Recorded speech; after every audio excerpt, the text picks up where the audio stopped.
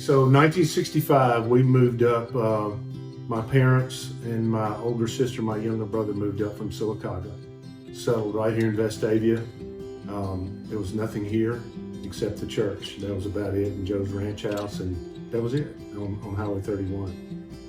And, you know, my youth that I remember was MYF and getting involved in just doing things at the church. Mostly, you know, Mom and Dad were obviously the ones that took us, but Mom, more than anything, she was very involved. She got involved with what we did. She was very involved with United Methodist Women for years, and actually She was involved in everything. yeah, she really was in the church, and so you know, she was our spiritual leader, and she taught us how to go to church and how to get involved, how to give back early, you know, how to be generous with our time and our tithes, and so we kind of brought it from there.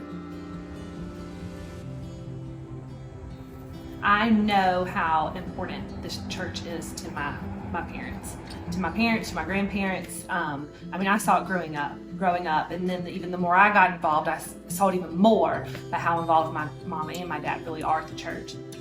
I always remember that our mom, because our dad was an usher at the early service on Sunday morning when he was in town, and even if my dad wasn't in town, my mom would have us there every single Sunday at 8:30. We might be peeling in on two wheels, but we were there, and it might be 10 minutes late, but we were there. Yes. So We were there by the time the sermon started. yes, it was very important to them that we were there every single Sunday. They had us involved in so many things at the church, and I would say that laid the foundation of what my relationship with the Lord is today.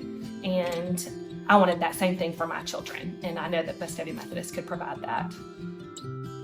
You know, as a child, you grow up, and you know, our parents had us involved in a lot of things like urban ministries and AST and lots of different things at the church, but you don't realize until you're older how much our church really does for our community. So that's been really neat.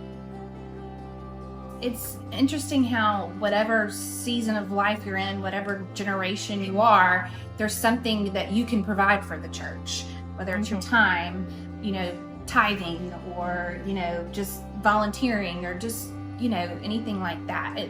The church makes it easy for you to feel connected. I didn't realize how involved our parents were until I got involved. And it's one of those things that they wouldn't be, you know, they wouldn't just say, hey, I'm doing this and this at the church. But now that we're involved, I see the fruits of, you know, of their generosity to the church, and that's been very amazing. And so as, you know, we have our children grow up in the church, I hope that they see that in us, and they see how important it is to be the hands and feet of Jesus by giving back to the church and the community. You know, my husband had open heart surgery about 2 years ago, and I was 8 months pregnant, and our Sunday school class was, you know, they did so much for us during that time. Brought us meals. I mean, anything that I needed, you know, watching the kids. It just got to a point where I couldn't do it anymore by myself. I couldn't manage, and I was also working full time. So I just text Shannon in the class, and I said, I need some help. And everybody was so quick to ask, you know, tell me what you need. And that really meant a lot to us.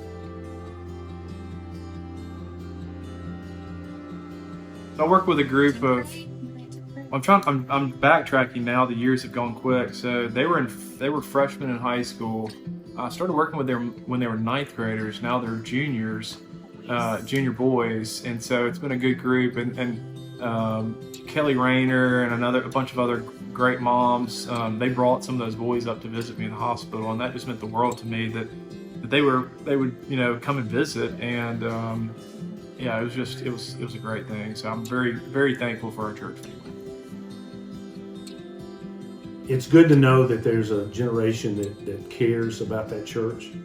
It's been a weird year, and it's going to continue to do that. And so we need young leaders to step up and guide the church through the next.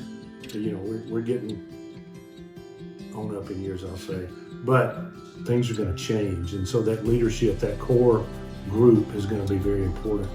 Not, you know, for tithing and for giving and time, and I agree that those guys are going to be a big, huge part of what we're going to need going forward.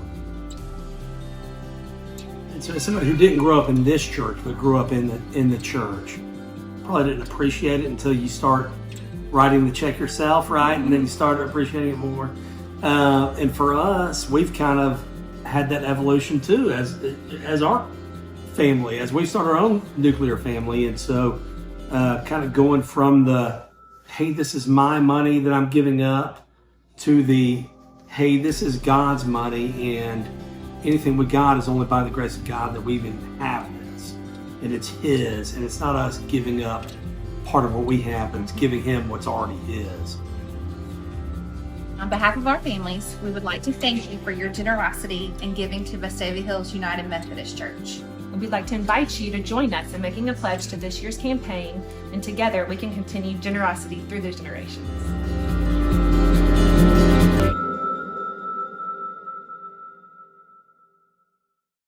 My name is Lillian Louise Honeycutt. And what is it that you want to tell me about what you love about the church? I love the Tea of Love. The Tea of Love. And that's where you go and you serve tea to some of the folks in the church. What do you love about doing that? It's because I get to help the widow ladies.